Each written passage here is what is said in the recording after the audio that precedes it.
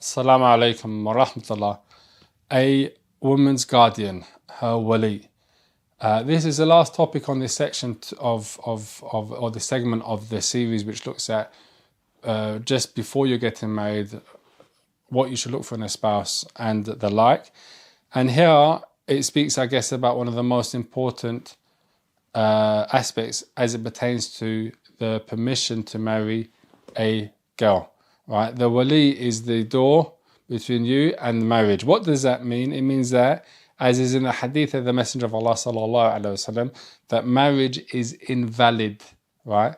La nikah illa bi wali. There's no nikah except with a guardian, wa shahidain, and two upright witnesses.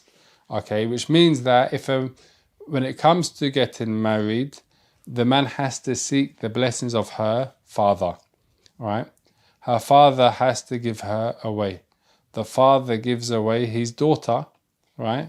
If the father is alive, then he's the one who's the wali and the guardian for her. So this evidence, or this hadith, it forbids a woman to conduct her own marriage, to get married without the blessings and permission of her father or whoever takes his place. Right, he could appoint somebody else to do that job, i.e. to give her away in marriage. If he's not present, then it passes on to the next closest relative.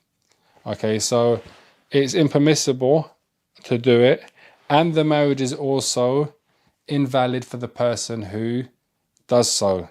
So, as happens tragically, right, and sadly in many cases, the girl goes off and runs away with a boy and gets married to the boy without the parents' permission, without the parents' blessings, without the father's permission, because she wanted to marry someone who was not compatible and the father wouldn't agree.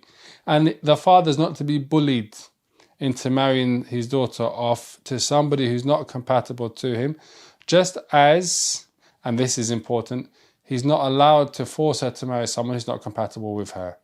Okay, so just as, for example, as a daughter, you're going to say, if your dad was to try to force you to marry somebody who you don't think is compatible, you won't want to do that.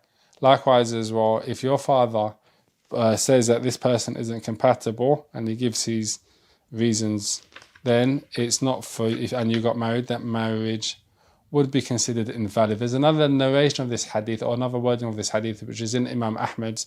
The Messenger of Allah said, invalid is marriage without a woman's guardian, and he repeated this 3 times. Okay, to show emphasis, right? To show emphasis and how important the blessing of the father is in pertains to the success of the marriage, or the validity of the marriage, not just success, the validity of the marriage in the first place.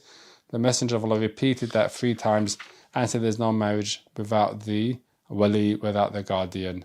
Assalamu alaikum wa rahmatullah.